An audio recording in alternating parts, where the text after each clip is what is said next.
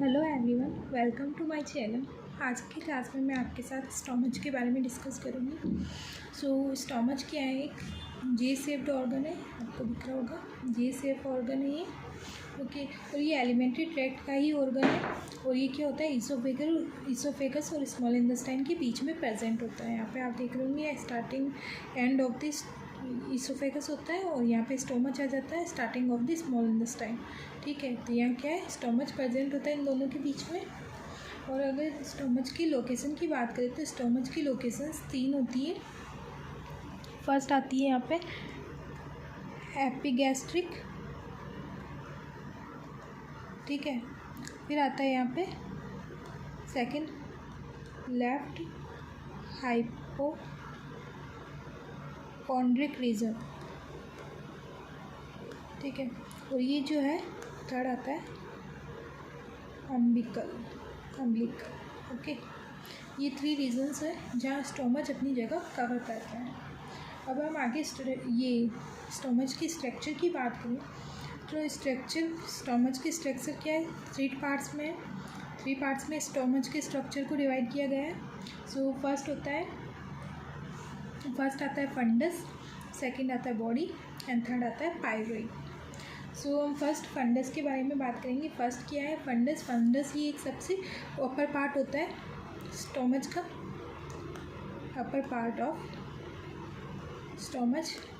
Body सबसे बड़ा part होता है और मिडल पार्ट होता है स्टोमच का, ठीक है।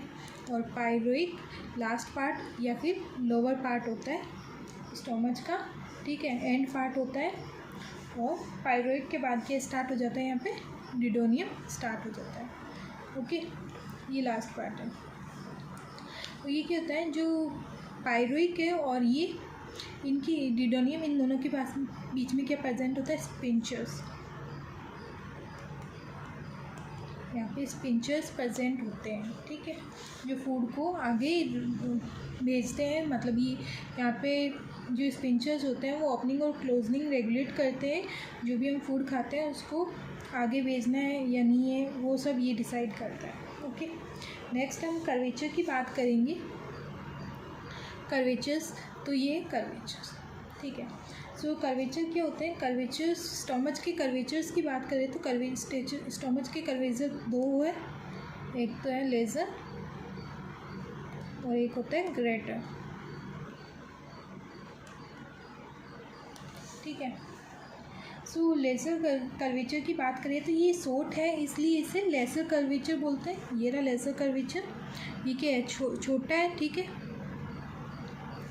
छोटा है इसलिए इसको लेज़र कर्वेचर बोलते हैं। और ये राइट साइड होता है और किस शेप में होता है, कॉनकेव शेप में। आपको दिख रहा होगा कॉनकेव शेप होता है। और ये इसोफेगस से लेकर डिडोनियम तक लेज़र कर्वेचर होता है। और ये कहाँ प्रेजेंट होता है, ये पोस्टीरियर सरफेस पे होता है। स्टोमच का जो पोस्टीरियर सरफेस है ना, वहाँ पे क्या होता है, लेज़र कर्वेचर प्रेजेंट होता है। फिर आती है ग्रेटर कर्वेचर की बात करें तो ग्रेटर कर्वेचर क्या है, 4 से 5 गुना बड़ा होता है किससे, लेज़र कर्वेचर से, ठीक है। लेज़र कर्वेचर से ये कॉन्वेक्स होता है, ठीक है। ग्रेटर कर्वेचर क्या होता है, कॉन्वेक्स होता है, कॉन्वेक्स। और ये क्या होता है, कॉनकेव। ये कॉनकेव शेप में होता है, ये कॉन्वेक्स शेप में होता है, ठीक है। और ये लेफ़्ट साइड में होता है, ग्रेटर कर्वेचर लेफ़्ट साइड में होता है, ठीक है। सेम इसका भी सेम यही है, ये इसोफेगस से लेके डिडोनियम तक होता है। ओके, अब हम बात करें स्पिंचर्स की, तो ये स्पिंचर्स की बात करेंगे तो नेक्स्ट स्पिंचर। तो स्पिंचर कितने होते हैं, स्टोमच में 2 होते हैं, 2 स्पिंचर्स होते हैं, ठीक है। कौन से होते हैं, फर्स्ट की बात करें तो होता है कार्डिक एंड सेकंड होता है पाइलोरिक। ये 2 स्पिंचर्स होते हैं, ठीक है। तो फर्स्ट कार्डिक स्पिंचर की बात करेंगे तो ये एंड ऑफ द इसोफेगस और स्टोमच स्टार्टिंग पॉइंट होता है, वहाँ पे होता है। एक तो यहाँ पे होता है और एक यहाँ पे होता है, ठीक है। ये क्या करते हैं, इनका काम क्या है, ये रेगुलेट करते हैं। स्पिंचर्स दो होते हैं, एक यहाँ और एक यहाँ। हम फर्स्ट कार्डिक की बात कर रहे हैं तो कार्डिक स्पिंचर यहाँ पे होते हैं और ये कहाँ प्रेजेंट होता है, इसोफेगस की एंड पॉइंट पे होता है, स्टोमच की स्टार्टिंग पॉइंट पे होता है, मतलब बीच में होता है ये, ठीक है। ये जब जो भी हम खाना खा रहे हैं तो वो उसको खाना जैसे बाउल आया, ठीक है, बाउल आके यहाँ पे आएगा तो फिर वो अपने आप स्पिंचर ओपन हो जाएगा, ओपन होके फूड अंदर आ जाएगा और स्पिंचर क्लोज हो जाता है, ठीक है। ये स्पिंचर्स का वर्क होता है। फिर बात करें पाइरोइड स्पिंचर की, तो पाइरोइड स्पिंचर का भी सेम रोल है। जब हमारे पेट में ये क्या होता है, डिडोनियम और पाइरोइड रीजन के बीच में होता है, पहली बात ये रहा डिडोनियम और ये पाइरोइड रीजन है नीचे का पार्ट, इन दोनों के बीच में पाइरोइड स्पिंचर्स होता है। जब स्टोमच में फूड नहीं होता ना, मीन्स जब स्टोमच इनएक्टिव होता है, इसके कोई भी प्रोसेस नहीं चल रहा होता है, तब पाइरोइड रीजन ओपन होता है। ये क्या होता है, जब अपने स्टोमच इनएक्टिव है, ठीक है, इसमें खाना नहीं है, तब ये क्या होगा, ओपन होगा, खुला रहेगा। और जैसे ही खाना आया तो ये एक्टिव फॉर्म में आ जाएगा। एक्टिव फॉर्म में आने के बाद क्या होगा, ये यहाँ से क्लोज़ हो जाता है, ये लॉक यहाँ से लॉक हो जाता है, ठीक है। ये होता है इसका पाइरोइड स्पिंचर का रोल। अगर हम बात करें गैस्ट्रिक फॉल्ट्स, गैस्ट्रिक फॉल्ट्स क्या होते हैं, ठीक है। गैस्ट्रिक फॉल्ट को हम रूगे भी बोलते हैं,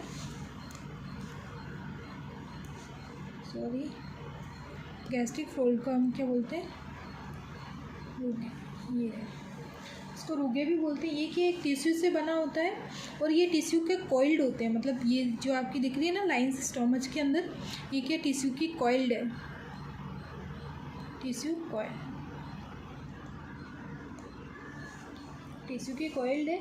ये स्टोमच की लेयर होती है। इसमें क्या होता है, जब स्टोमच में फूड आता है ना, तब ये स्टोमच को एक्सटेंड कर देती है, मतलब बड़ा कर देती है, सरफेस एरिया उसका बढ़ा देती है ताकि फूड को डाइजेस्ट होने में दिक्कत ना हो, मतलब उसका सरफेस एरिया बड़ा कर लेगी ताकि उसमें फूड इजी वे से डाइजेस्ट होने में दिक्कत ना हो, ठीक है।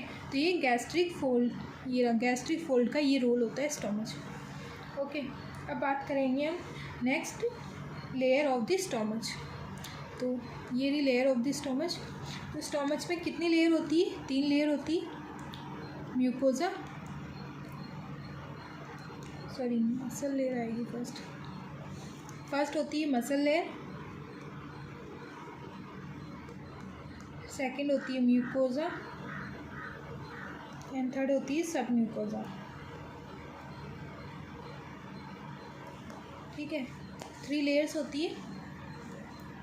अगर हम फर्स्ट लेयर की मसल लेयर की बात करें तो मसल लेयर में क्या होता है, 3 लेयर्स, मतलब 3 स्मूथ लेयर फाइबर्स प्रेजेंट होते हैं। इस मसल्स लेयर में 3 मसल्स फाइबर्स प्रेजेंट होते हैं। फर्स्ट ये मसल लेयर आ गई, ठीक है, इसकी 3 लेयर है, ठीक है, 3 लेयर है।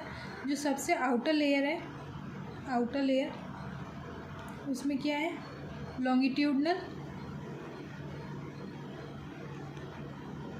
लॉन्गिट्यूडनल फाइबर्स रहेंगे। फिर जो सेकंड लेयर आती है मिडल लेयर, उसमें क्या होता है, सर्कुलर फाइबर होता है। एंड थर्ड आती है इनर लेयर, उसमें क्या होता है, ऑब्लिक फाइबर प्रेजेंट होता है। सो फर्स्ट ये जो स्टोमच की लेयर्स होती है, first starting layer muscle layer, उसमें ये 3 लेयर्स प्रेजेंट होती है। ओके, फिर बात करें म्यूकोजा की,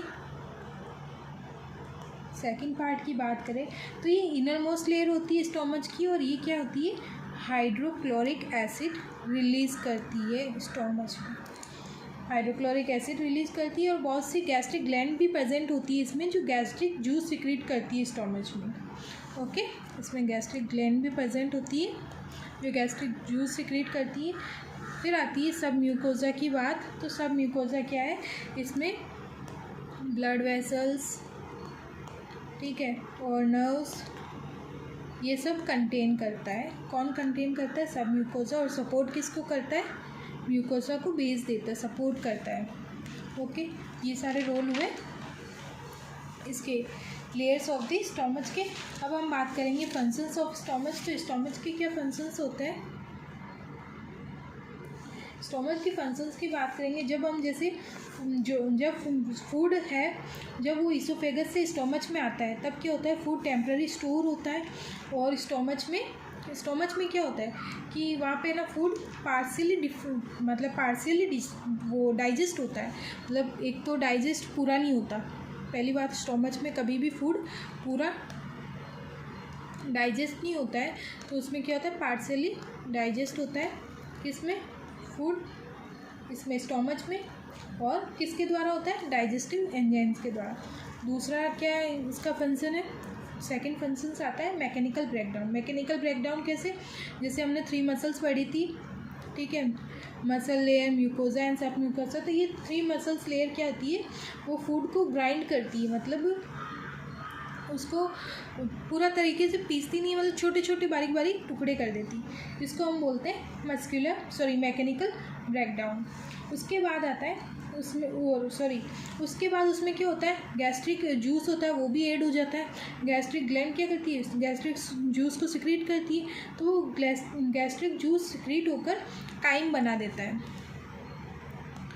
काइम क्या होगा, काइम बनाने का मतलब लिक्विफाइड कर देता है उसको, फूड को। ओके, ये मैकेनिकल ब्रेकडाउन होता है स्टोमच में।